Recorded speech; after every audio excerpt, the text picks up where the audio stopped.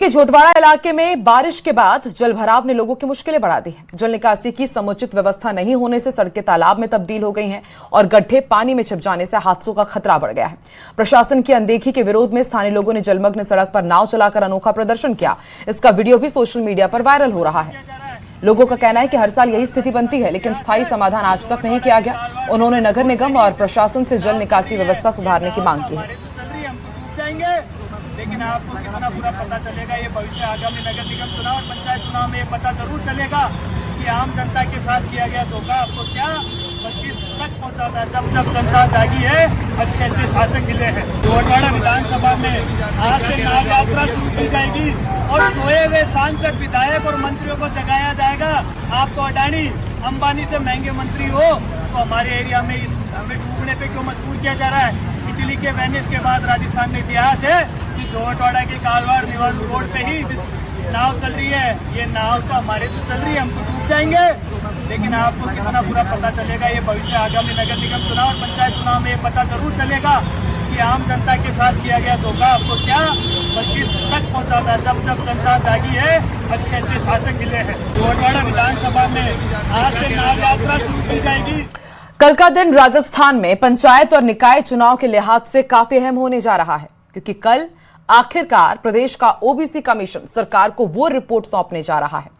OBC report सौंपी जाएगी, लेकिन रिपोर्ट सबमिट होने से ठीक पहले सूबे के सियासी गलियारों में हलचल भी बेहद तेज है। देखिए रिपोर्ट।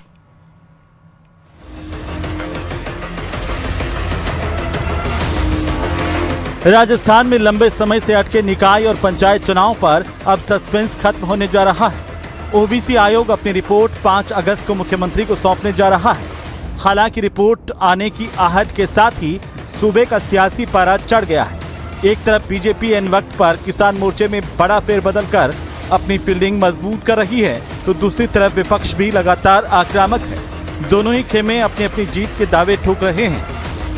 सरकार पूरी तरह तैयार है और हमारी पार्टी पूरी तरह तैयार है पंचायत राज चुनाव और निकाय चुनाव में। कांग्रेस विजय होगी शानदार तरीके से, गाँव में भी और शहरों में भी माहौल है। ये दावेदारी इसलिए भी क्योंकि ये ओबीसी रिपोर्ट काफी मायने रखती है। दरअसल राज्य पिछड़ा वर्ग आयोग की ओर से तैयार की जाती है। स्थानीय निकायों और पंचायतों में बेहद अहम है।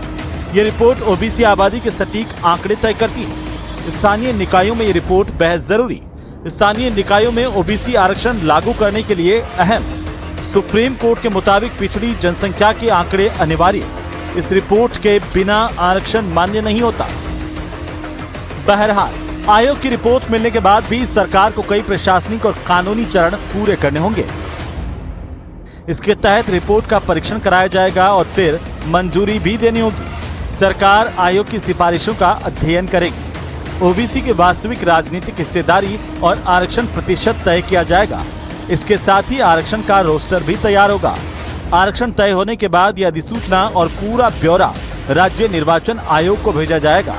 इसके साथ ही स्थानीय निकायों में किए गए परिसीमन का ब्यौरा भी दिया जाएगा। उधर राज्य निर्वाचन आयोग ने अपनी कमर पूरी तरह कस ली है। वोटर लिस्ट से लेकर पोलिंग बूथों की मैपिंग तक का काम लगभग पूरा हो चुका है। हाई कोर्ट ने भी आयोग को 15 अगस्त तक चुनावी कार्यक्रम जारी करने का सुझाव दिया था। ऐसे में माना यह जा रहा है कि अगर 12 या 13 अगस्त तक सरकार से आरक्षण का ब्यौरा मिल जाता है तो आयोग 15 अगस्त को ही चुनावों की तारीखों का बड़ा ऐलान कर सकता है। Bureau report, news 18 Rajasthan. Tonk में नरेश मीणा 6 अगस्त को नगर फोर्ट थाने में सरेंडर करने जा रहे हैं। समरावता थप्पड़ कांड से चर्चा में आए नरेश मीणा की जमानत टोंक की SC/ST कोर्ट ने खारिज की थी, जिसके बाद नरेश मीणा ने अब यह बड़ा फैसला लिया है। वो 6 अगस्त की सुबह 10 बजे नगर फोर्ट थाने में आत्मसमर्पण करेंगे। नरेश मीणा के सहयोगी राकेश बैसला ने सोशल मीडिया पोस्ट के जरिए इस फैसले की आधिकारिक जानकारी दी। बैसला ने अपने पोस्ट में लिखा कि कानून का पूरा सम्मान करते हुए नरेश मीणा कोर्ट के आदेशों का पालन करेंगे, शांतिपूर्वक सरेंडर करेंगे। आपको बता दें, समरावता थप्पड़ कांड मामले में राजस्थान हाईकोर्ट से नरेश मीणा को सशर्त जमानत मिली थी, लेकिन झालावाड़ में प्रदर्शन के बाद नगर फोर्ट पुलिस ने टोंक SC/ST कोर्ट ने जमानत रद्द करने की अर्जी लगाई। हाल ही में SC/ST कोर्ट ने नरेश मीणा की जमानत रद्द की थी, जिसके बाद से ही नरेश मीणा पर गिरफ्तारी की तलवार लटक रही थी। अब नरेश मीणा खुद 6 अगस्त को 10 बजे नगर फोर्ट थाने पहुंचेंगे और सरेंडर करेंगे। आदिवासी अस्मिता का सबसे बड़ा प्रतीक, लेकिन अब यही धाम बन गया है सियासत का नया रणक्षेत्र। केंद्रीय मंत्री गजेंद्र सिंह शेखावत के बयान के बाद वागड़ में राजनीतिक भूचाल आ गया है। कांग्रेस इसे आदिवासी सम्मान का अपमान बता रही है, तो वहीं भारत आदिवासी जनता पार्टी ने भी केंद्र सरकार को घेरा और अब भाजपा के अपने नेता भी राष्ट्रीय स्मारक की मांग के समर्थन में उतर आए हैं। देखिए रिपोर्ट।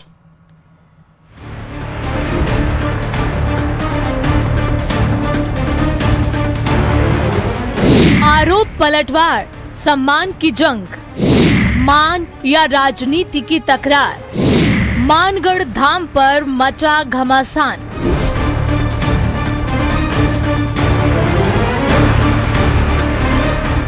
मानगढ़ धाम को राष्ट्रीय स्मारक का दर्जा नहीं मिलने पर कांग्रेस ने केंद्र सरकार पर सीधा हमला बोला। नेता प्रतिपक्ष टीकाराम जूली, पूर्व सीएम अशोक गहलोत, कांग्रेस प्रदेश अध्यक्ष गोविंद सिंह डोटासरा ने निशाना साधा। कांग्रेस ने कहा कि बीजेपी आदिवासियों के सम्मान की बात तो करती है, लेकिन जब उनकी सबसे बड़ी ऐतिहासिक धरोहर को राष्ट्रीय पहचान देने की बात आती है तो पीछे हट जाती है। अब आप बताइए, अब जवाब आ गया। वहाँ तो कोई योजना है ही नहीं हमारी, वहाँ तो लोकली काम हो गए जो होने थे, तो ये तो अच्छी बात नहीं। बिलों ने जो क्या किया, कोई पता नहीं 1000-1500 की बातें हो रही है।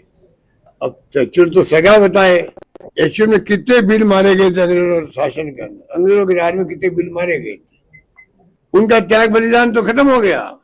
एक राष्ट्रीय स्मारक बनाना और करना क्या आपको? मानगढ़ धाम को अब इन्होंने कह दिया कि हम इसको राष्ट्रीय स्मारक का दर्जा नहीं देंगे। ये वही मानगढ़ धाम है जहां गोविंद गुरु के नेतृत्व में सैकड़ों आदिवासी इकट्ठे हुए और अंग्रेजों के सामने अपना सीना तान के खड़े हो गए। ये आदिवासियों का जलियांवाला बाग है। मैं ये कहना चाहूंगा इस सरकार से कि आपने चुनावी घोषणा पत्र में भी कहा था कि हम इसको भव्य जो है ट्राइबल डेस्टिनेशन बनाएंगे, लेकिन आप अपने वादे से मुकर गए। वहीं बीएपी सांसद राजकुमार रोत ने भी सरकार को कटघरे में खड़ा किया। उन्होंने कहा कि सरकार ने लोकसभा में लिखित में जवाब दिया है। मानगढ़ को राष्ट्रीय धरोहर नहीं घोषित करने का ये फैसला निंदनीय है। हम इसका विरोध करेंगे। जहां पर 1500 से अधिक आदिवासी समुदाय एक साथ शहीद हुआ था, उन्हें हम राष्ट्रीय स्तर पे, अंतर्राष्ट्रीय स्तर पे पहचान दिलाएंगे। इस तरह से एक चुनावी सभा का आयोजन किया, राजनीतिक भाषण हुआ और बोले वाले आदिवासी समुदाय को वोट बैंक के रूप में यूज किया भाजपा के लोगों ने। सबसे दिलचस्प बात ये रही कि इस मुद्दे पर बीजेपी भी असहज नजर आई। बीजेपी अध्यक्ष पुंजीलाल गायरी ने कहा कि मानगढ़ धाम आदिवासी समाज की आस्था और गौरव का केंद्र है। उन्होंने प्रधानमंत्री को दोबारा पत्र लिखकर इसे राष्ट्रीय स्मारक घोषित करने की मांग उठाने की बात कही।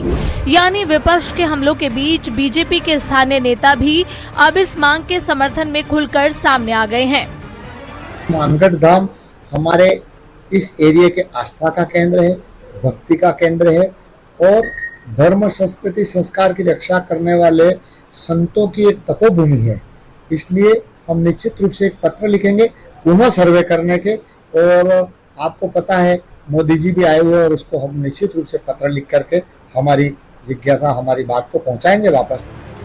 मानगढ़ धाम अब सिर्फ एक स्मारक की मांग नहीं, बल्कि आदिवासी सम्मान, इतिहास और वोट बैंक की राजनीति का बड़ा मुद्दा बन चुका है।